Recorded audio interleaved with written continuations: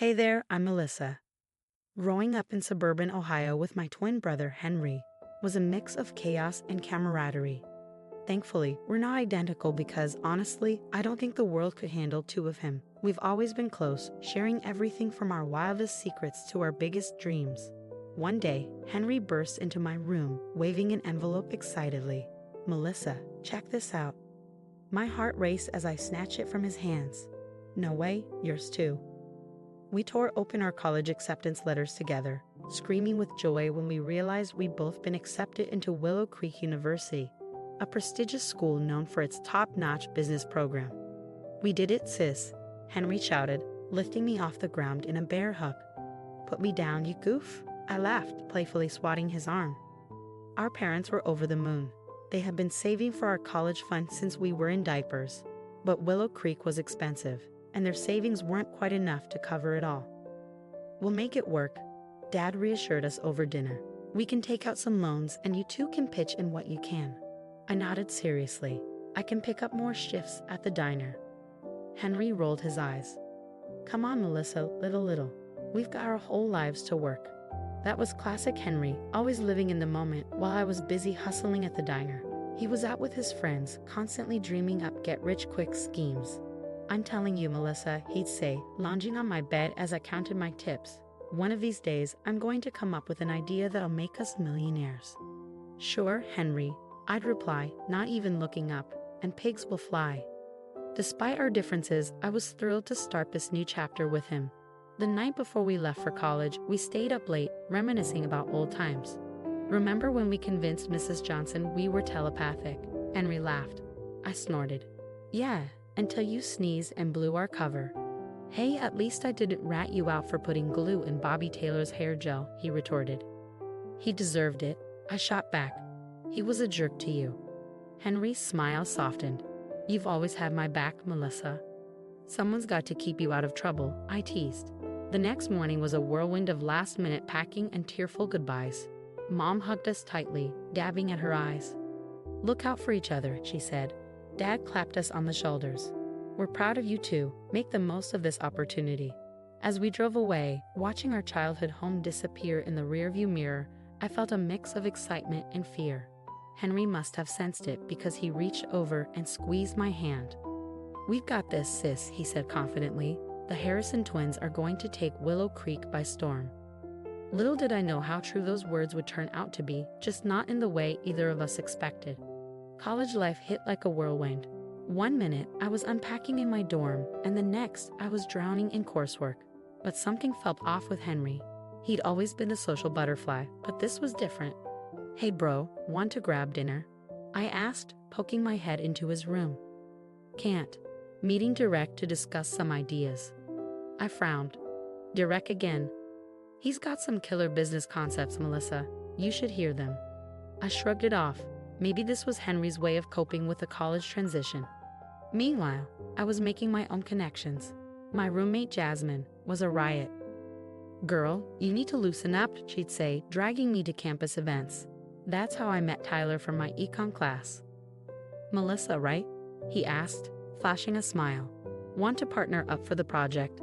Between study sessions with Tyler and late-night chats with Jasmine, I almost forgot about Henry's odd behavior.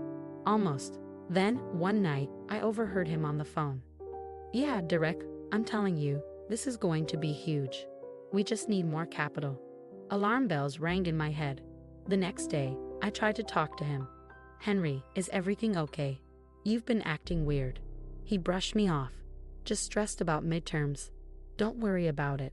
But I did worry, especially when I logged into our joint tuition account to check the balance for next semester. My heart sank. "Henry." I burst into his room, waving my phone. "Where's half our tuition money?" His face went pale. "Melissa, I can explain. You better start talking, now." He sighed, running a hand through his hair. "Derek and we had this amazing business idea. A startup that could revolutionize campus food delivery. We just needed some initial investment." I felt sick. "So you took our tuition money without even asking me?" I snapped. "It's not like that," Henry protested. "It's an investment. We'll make it back tenfold, I swear." I couldn't believe what I was hearing. "Are you insane?" That money isn't yours to gamble with. It's not gambling, he insisted. Derek's got connections. He knows what he's doing. Oh, and you know him so well after what, 2 months? I shot back. Henry's eyes flashed with anger. You don't understand business, Melissa. This is how fortunes are made. No, this is how idiots get scammed. We argue for hours, with Henry insisting it wasn't a big deal and that the returns would come in before the next tuition payment was due. But I couldn't shake the dread gnawing at my gut. The next day, I confided in Jasmine and Tyler. He did what? Jasmine exclaimed. Oh hell no, that's messed up. Tyler looked thoughtful. You know, I've heard some rumors about this direct guy. Nothing concrete, but... What kind of rumors? I pressed. He shrugged. Just that he talks a big game, but no one's ever seen real results from his ventures. My mind raced. Was Henry being played, or was he in on some kind of scam? What are you going to do? Jasmine asked, concern in her voice. I took a deep breath. I don't know, but I'm going to find out what's really going on with this Derek character. And Henry, he's got some serious explaining to do. That night, I lay in bed, unable to sleep. How had things gone so wrong so fast? Henry and I had always been a team, but now it felt like he'd chosen Derek over me, over our future. One thing was clear. I needed to get to the bottom of this fast before it was too late. The next day, I cornered Tyler after class, practically begging for his help. You're good with computers, right? Think you can dig up some dirt on Derek? Tyler's eyes lit up. Challenge accepted. Give me a day or two. Meanwhile, Jasmine was all in. My uncle works in financial crimes. I'll see what he can find out. We set up camp in my dorm room, papers, laptops, and energy drinks scattered everywhere. It was like a scene out of a crime show, minus the cool sound effects. Look at this, Tyler said, pointing at his screen. Derek's been involved in at least 3 failed startups in the last 2 years. Jasmine chimed in. And my uncle says there's a pattern of complaints about unpaid debts. The deeper we dug, the worse it got. Fake business documents, empty promises, the works. Derek was a walking, talking scam machine. When I confronted Henry, he went full denial mode. You're just jealous, he snapped. Derek's a visionary. You don't understand his methods. Methods? I scoffed. Is that what we're calling fraud now? But as the evidence piled up, even Henry couldn't ignore it.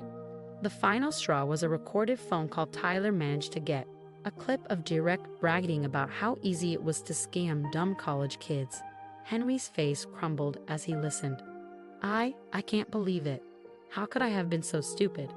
I wanted to say I told you so, but the devastated look on his face stopped me. Instead, I just hugged him. We'll figure this out, I promised. But first, we need to stop Derek before he scams anyone else. We gathered all the evidence and took it to the campus police. Officer Martinez listened intently, her frown deepening with each new piece we presented. This is serious, she said. We'll need to involve the local PD as well. As we left the station, Henry turned to me, eyes full of regret. Melissa, I'm so sorry. I should have listened to you. Yeah, you should have, I agreed. But what's done is done. Now we need to focus on getting our money back. That night, we brainstormed with Tyler and Jasmine, trying to figure out a way to trap Derek and recover our funds. What if we set up a sting? Jasmine suggested. Pretend we've got more money to invest. Tyler nodded enthusiastically. I could create some fake bank statements to make it look legit. It was risky, but what choice did we have? We coordinated with Officer Martinez, setting everything up for the next day. I barely slept that night, my mind racing with what ifs. What if Derek saw through our plan? What if we couldn't get the money back? The next morning, Henry and I met Derek at a crowded campus coffee shop. We were wired up, both with hidden mix and sheer nerves. As we sat down, Derek flashed his usual charming grin. So you got more to invest? He asked, eyes gleaming with anticipation. Henry nodded, sliding over the fake bank statements. Yeah, we managed to get a loan from our parents. We're all in. I watched Derek's eyes light up with greed, my stomach churning. Just as he reached for the documents, Officer Martinez, who had been waiting in the wings, stepped forward. Derek Carlson, you're under arrest for fraud and theft by deception. The look of utter shock on Derek's face was almost worth all the stress, almost. As the officers cuffed him and led him away, Henry turned to me looking lost. "What now?" he asked, his voice barely above a whisper. I sighed, the weight of everything we'd been through pressing down on me. Now we pick up the pieces, and maybe learn to trust each other again. The days following Derek's arrest were a blur. We spent hours at the police station, giving statements and recounting every interaction we'd had with him. As it turned out, we weren't his only victims, not by a long shot. "You two did good," Detective Johnson told us one afternoon. "Thanks to your evidence, we've linked direct to at least a dozen other scams across 3 states. It was a small comfort, but it didn't solve our immediate problem. We were still short on tuition, and the next payment deadline was looming. To my surprise, Henry stepped up. "I'll get a job too if I have to. I'll make this right, Melissa." I wanted to believe him, but trust was hard to come by these days. Actions speak louder than words, and Henry knew that. True to his promise, he started working at the campus bookstore and picked up weekend shifts at a local restaurant. Meanwhile, I threw myself into my studies, spending late nights in the library. Tyler often joined me, and I found myself looking forward to his company. "You're killing it in econ," he said one night, glancing at my latest test score. "I guess all this drama hasn't hurt your GPA. It's given me something to focus on, I guess." Henry, on the other hand, was struggling. Between juggling work and trying to catch up on his classes, he looked perpetually exhausted. One day, he caught me in the hallway. "Hey, want to grab coffee? Like old times?" he asked, hopeful. Part of me wanted to say yes, to pretend everything was back to normal. But I couldn't. "I've got a study group," I lied. "Maybe another time." The hurt in his eyes was obvious, but I walked away. It wasn't that I didn't love him, he was still my twin.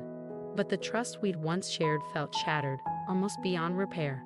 I had come to college expecting to conquer the world with Henry by my side, but now I felt more independent than ever, and more alone. Despite everything, I was still standing. I'd uncovered a fraud, helped bring a criminal to justice, and managed to keep my academic career on track. It wasn't the freshman year I'd imagined, but maybe it was the one I needed. We had a long way to go, but maybe, just maybe, we could find our way back to being family again. For now, though, I had a future to focus on. My future, and for the first time in my life, I felt like enough.